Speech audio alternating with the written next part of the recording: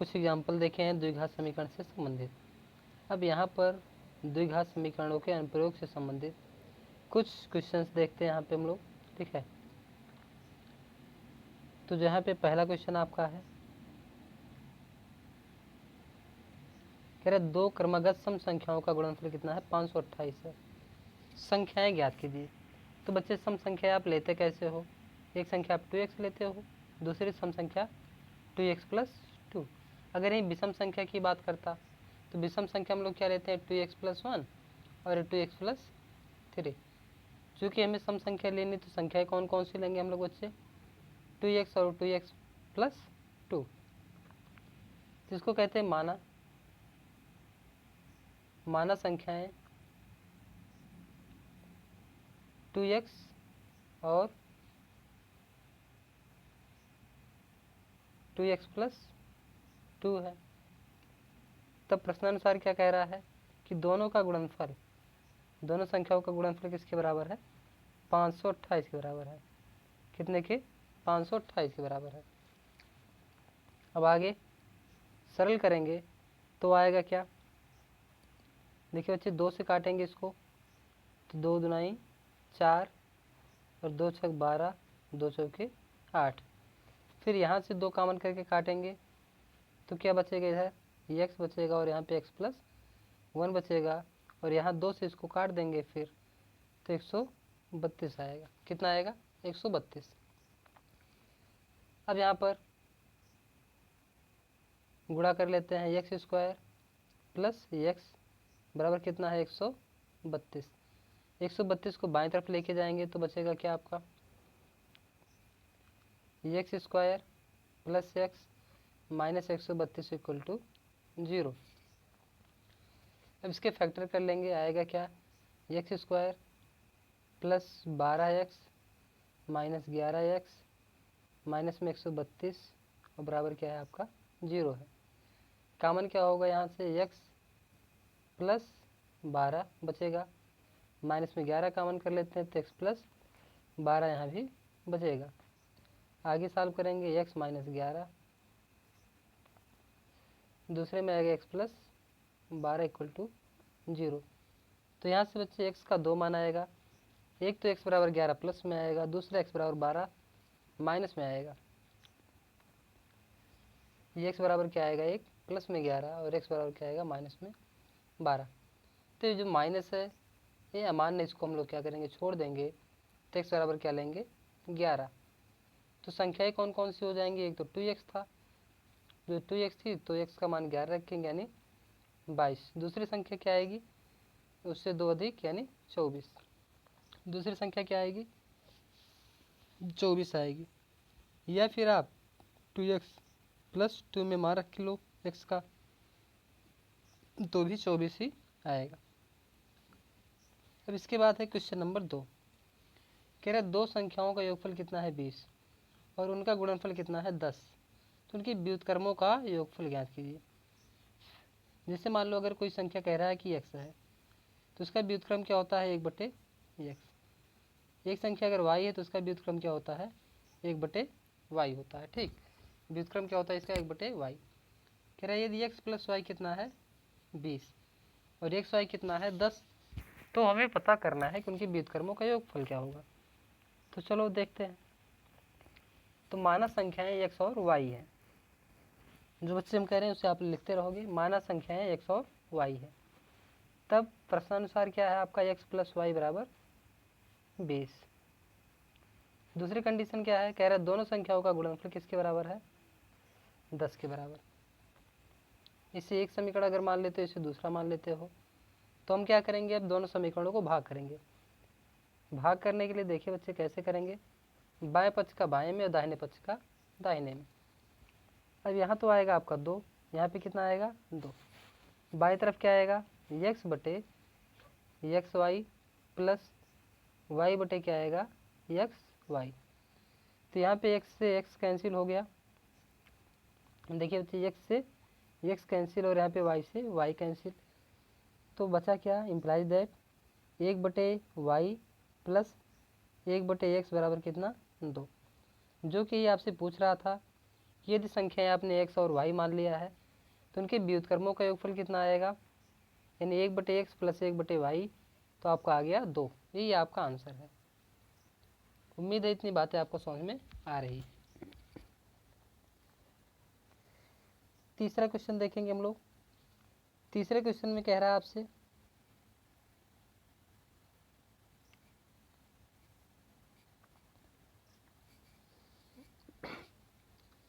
कह रहा है किसी संख्या का वर्ग उसके 4 गुने से 12 अधिक है। कोई संख्या मान लो x है, कोई संख्या मान लो क्या बच्चे x, तो x के वर्ग की बात कर रहा है संख्या के 4 गुने से। संख्या का 4 गुना क्या होगा 4x।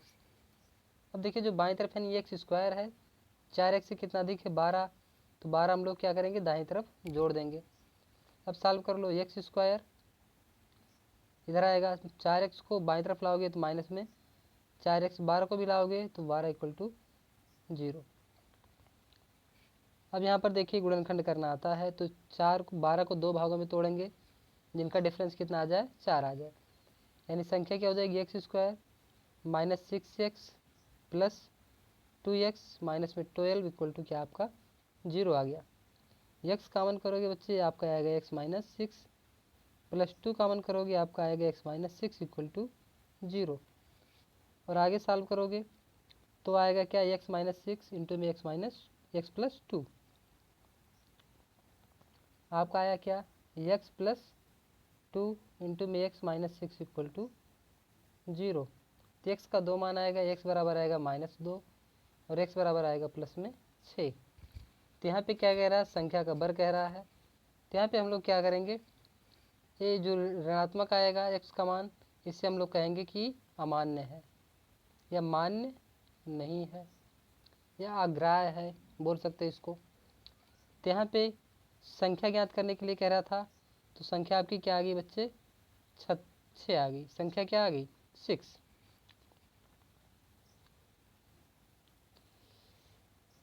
क्वेश्चन नंबर 4 है, इसको आप लोग स्वयं से करोगे बच्चे। सिंप्लीफाई मैं कर देता हूँ, आपका आएगा एक्स स्क्वायर प्लस 1/x बराबर कितना आएगा 10/3। ये देखिए सरल हो गया आपका। x को दाएं तरफ ले आओ, 3 को बाएं तरफ, यानी 3x square plus 3 equal to ये आपका आएगा कितना 10x। और सॉल्व करोगे 3x स्क्वायर माइनस 10x और a प्लस 3 इक्वल टू 0। अब द्विघात समीकरण बन गया है, सॉल्व करके x का मान बता दो आप। हम लोग नेक्स्ट क्वेश्चन देखते हैं, क्वेश्चन नंबर 5। देखिए क्या है, √x plus 2x plus 1 equal to 1 को सॉल्व करना है। तो जब भी ऐसा सवाल दिख जाए आपको कहीं पे रूट दिख जाए, तो इस रूट वाली संख्या को छोड़ करके यानी रूट वाले पद को छोड़ के बाकी सभी पदों को हम लोग दाईं तरफ लेके चले जाएंगे। रूट वाला पद क्या है √x, इसको बाएं तरफ करेंगे और सबको दाएं तरफ। तो चलो सॉल्व करते हैं बच्चे। √x बराबर क्या आएगा 1 माइनस में 2x। अब दोनों पक्षों का हम लोग क्या करेंगे वर्ग करेंगे, यहाँ पे लिखेंगे दोनों पक्षों का वर्ग करने पर। तो अब बच्चे लिखेंगे और ये वर्ग करना शुरू कर दिया हमने। तो बाएं तरफ √x का वर्ग करेंगे तो केवल x आएगा, दाहिनी तरफ क्या आएगा 1 का वर्ग 1 हो गया, 2 का वर्ग 2x का वर्ग आएगा 4x स्क्वायर और यहाँ पे माइनस में 4x वर्ग हो गया। सबको एक तरफ कर लो यानी 4x स्क्वायर, देखिए x इधर आके जुड़ेगा तो माइनस में 5x हो गया प्लस 1 इक्वल टू 0। तो यहाँ पर देखिए आगे सॉल्व करेंगे 4x स्क्वायर, चूँकि गुणनखंड करना आप लोग सीख चुके हो। 4x स्क्वायर माइनस में 4x माइनस x और प्लस 1 इक्वल टू 0। तो यहाँ पे 4 कॉमन करेंगे पहले 4x और देखते हैं क्या बचेगा। जब 4x कॉमन करेंगे बच्चे आपका बचेगा क्या x माइनस 1। तो लिखते हैं 4x कॉमन कर लिया तो बचा क्या x माइनस 1। फिर यहाँ पे -1 कॉमन करेंगे, यहाँ पे बचेगा x माइनस 1 इक्वल टू 0। एक में हो जाएगा x माइनस 1 दूसरे में 4x माइनस 1 इक्वल टू 0। तो x का 2 मान निकलेगा यहाँ से। एक तो आएगा x बराबर 1, दूसरा आएगा x बराबर 1/4, और ये आपका आंसर हो गया। तो ध्यान देना बच्चे, जब भी कोई पद रूट में दिया गया हो तो रूट वाले पद को एक तरफ करेंगे, बाकी सबको एक तरफ करके वर्ग कर देंगे। ठीक, तो ये हो गया आपका सोल्यूशन। नेक्स्ट क्वेश्चन क्या है, कह रहे किसी धनात्मक संख्या और उसके धनात्मक वर्गमूल का योग। देखिए जैसे मान लो एक्स स्क्वायर है, एक्स स्क्वायर बराबर हम लिख देते हैं क्या है 36। तो एक्स बराबर क्या होता है, एक प्लस में रूट 6 और एक क्या होता है प्लस में 36 रूट, और एक आता है क्या आपका माइनस में रूट 36। अब इसको सॉल्व करोगे तो आएगा प्लस में 6, इसको रूट सॉल्व करोगे तो आएगा माइनस में 6। तो यहाँ पे आपसे कह रहा है धनात्मक वर्गमूल लेना है, यानी एक्स को क्या लेना है, धनात्मक लेना है, यानी रूट में एक्स लेना है, धनात्मक, ऋणात्मक नहीं लेना है। तो चलो सॉल्व करते हैं आगे इसको। कह रहा है किसी धनात्मक संख्या और उसके धनात्मक वर्गमूल का योगफल कितना है, 12 है। धनात्मक संख्या को मान लेते हैं क्या, माना धनात्मक संख्या एक्स है, तब उसका धनात्मक वर्गमूल क्या आएगा, रूट एक्स। दोनों का योगफल करना है, बराबर क्या है 12 के है। अब देखिए बच्चे, क्वेश्चन नंबर 5 के जैसे ये भी हो गया आपका। ठीक, तो अब यहाँ पे सॉल्व करने के लिए क्या करेंगे, रूट एक्स को बाएं तरफ रखेंगे, बाकी सबको एक तरफ लेके जाएंगे। तो 12 माइनस एक्स हो जाएगा आपका, और इधर क्या आपका रूट एक्स। अब क्या करेंगे, इसके बाद दोनों पक्षों का वर्ग कर देते हैं। चलो वर्ग कर दो बच्चे आप। तो बाईं तरफ क्या आ गया आपका एक्स, दाईं तरफ क्या आएगा 12 गुणे 12 144 प्लस एक्स स्क्वायर माइनस में 12 दुनाई 24 एक्स। सबको एक तरफ कर लो, एक्स स्क्वायर और इधर आएगा 25 आएगा, माइनस में 25 एक्स, चूँकि एक्स को दाएं तरफ लाएंगे, और प्लस 144 इक्वल टू 0। अब बच्चे यहाँ पे आपके पास द्विघात समीकरण है। उम्मीद है इस द्विघात समीकरण को आप सॉल्व कर लेंगे। सॉल्व करने के बाद एक्स का जो धनात्मक मान आएगा वो आपको लेना है, यानी दो संख्याएं जिनका गुणनफल कितना आना चाहिए 144, और जिनका अंतर कितना आना चाहिए, जिनका योगफल कितना आना चाहिए 25। तो आपको मालूम बच्चे 16 9 का 144 होता है, और 16 9 कितना होता है 25। तो यहाँ पे आप तोड़ोगे 16 और 9 में। तो उम्मीद है अगर इतना बता दिया है तो आगे भी आप सॉल्व कर लेंगे। ठीक,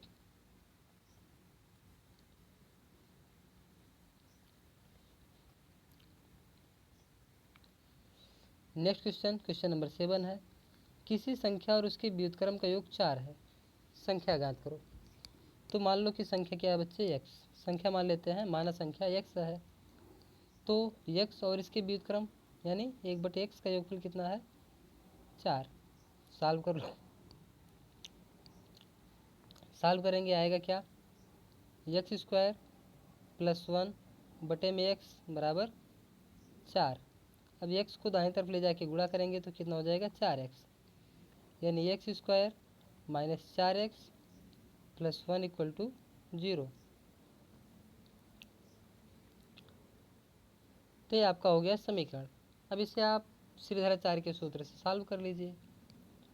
उम्मीद है आपको कठिनाई नहीं होगी सॉल्व करने में। ठीक है, तो इसको आप सॉल्व कर लेंगे। अब नेक्स्ट क्वेश्चन देखते हैं हम लोग। क्वेश्चन नंबर 8 है, कह रहे दो संख्याओं का योग 13 है और उनके वर्गों का योगफल कितना है 89। अब देखिए जब भी दो संख्याएं दे और उनका योगफल दे रहा है 13 है और उनके वर्गों का योगफल कितना है 89, तो इस टाइप के सवाल आप कर चुके हो। एक बार मैं समीकरण लिख देता हूँ और फिर इसको आप सॉल्व कर लेंगे। जैसे मान लीजिए कि एक संख्या x है तो दूसरी संख्या होगी 13 माइनस एक्स। कह रहे दोनों के वर्गों का योग करना है, तो दोनों का वर्ग हो गया बच्चे, और इनका योगफल करना है, तो योगफल के लिए प्लस हो गया है, बराबर कितना है 89। अब वर्ग करके सॉल्व करोगे द्विघात समीकरण बनाओगे, और जो x का मान आएगा सो आपका आंसर होगा। सेम इसी प्रकार से क्या है आपका क्वेश्चन नंबर 9 है, किसी संख्या और इसके व्युत्क्रम का योगफल यानी x प्लस 1/x। संख्या को आप x मानते हो तो उसका व्युत्क्रम 1/x आएगा, बराबर कितना आएगा 2 सही 1/x। 20, 20 दूना 40 और 1 41 बराबर क्या आएगा, ये आपका आएगा एक्स स्क्वायर प्लस 1 बटे में एक्स।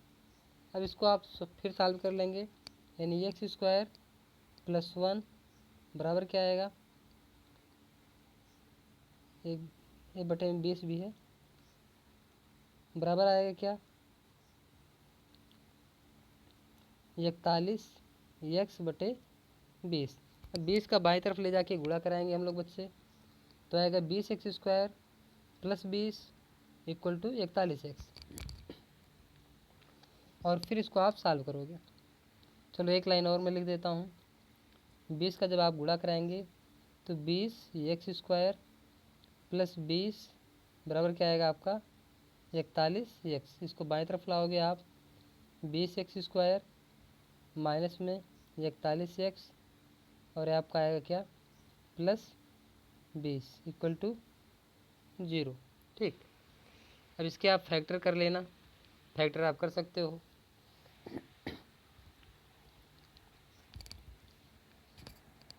नेक्स्ट क्वेश्चन हम लोग देखते हैं, यहाँ से आप एक्स का मान निकालेंगे। सेम इसी प्रकार से क्वेश्चन नंबर 10 है। एक संख्या और उसके व्युत्क्रम का योगफल 6 से 1/6 है। क्वेश्चन नंबर 11, निम्नलिखित कथन को समीकरण द्वारा अभिव्यक्त कीजिए। तो कथन क्या है, दो क्रमागत धन पूर्णांकों के वर्गों का योगफल। जब भी दे दे आपको दो क्रमागत धन पूर्णांक, तो यहाँ पर देखिए सम और विषम की बात नहीं कर रहा है, तो आप क्रमागत धन पूर्णांक की एक्स और एक्स प्लस 1 मान सकते हो। और फिर कह रहे हैं इनके वर्गों का योगफल।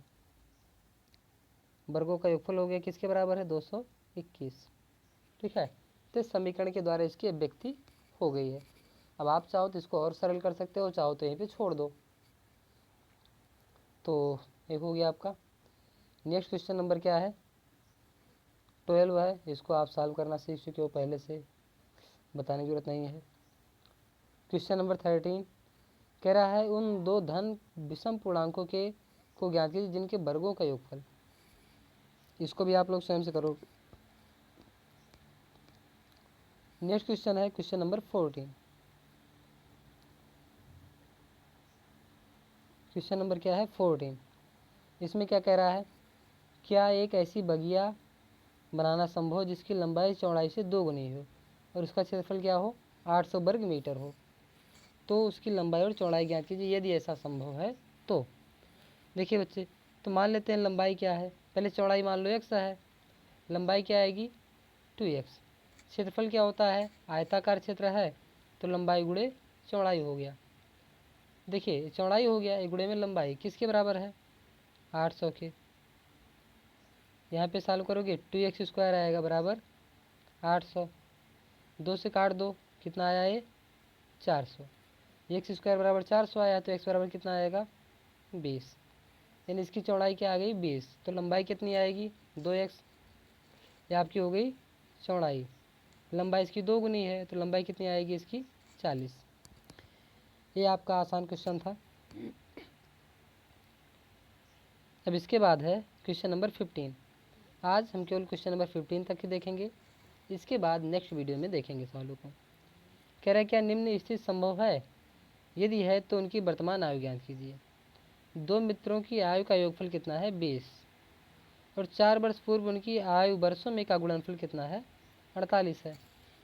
तो चलो मान लेते हैं दो मित्र हैं, एक की आयु x मान लेते हैं हम लोग, तो दूसरे की क्या आयु क्या होगी 20 माइनस एक्स। पहली शर्त के अनुसार क्या कह रहा है 4 वर्ष पूर्व, 4 वर्ष पूर्व जो x है उसकी आयु क्या होगी बच्चे x माइनस 4। जो दूसरा व्यक्ति है उसकी आयु क्या होगी 4 वर्ष पहले, तो 4 वर्ष पहले 20 माइनस एक्स, माइनस में 4 रहेगी। अब देखेंगे क्या 4 घटेगा 16 माइनस एक्स हो गया, इसकी आयु तो x माइनस 4 ही रहेगी 4 वर्ष पहले। अब कह रहे हैं दोनों का गुणनफल, दोनों के गुणनफल की बात कर रहा है, तो दोनों का गुणनफल ये हो गया आपका किसके बराबर है 48 के बराबर है। अब इसे द्विघात समीकरण के रूप में बना लो, तो आएगा क्या 16 x का गुणा करेंगे 16 में तो 16x हो गया आपका। फिर x गुणा x में करेंगे तो माइनस में x², माइनस में 64 और आएगा माइनस में प्लस में 4x बराबर क्या है 48। कितना आ गया 48। अब आगे इसको सॉल्व करोगे बच्चे तो क्या आएगा ये, देखिए 16x और 4x कितना हो जाएगा 20x। 16 और 4 कितना हो जाएगा 20x।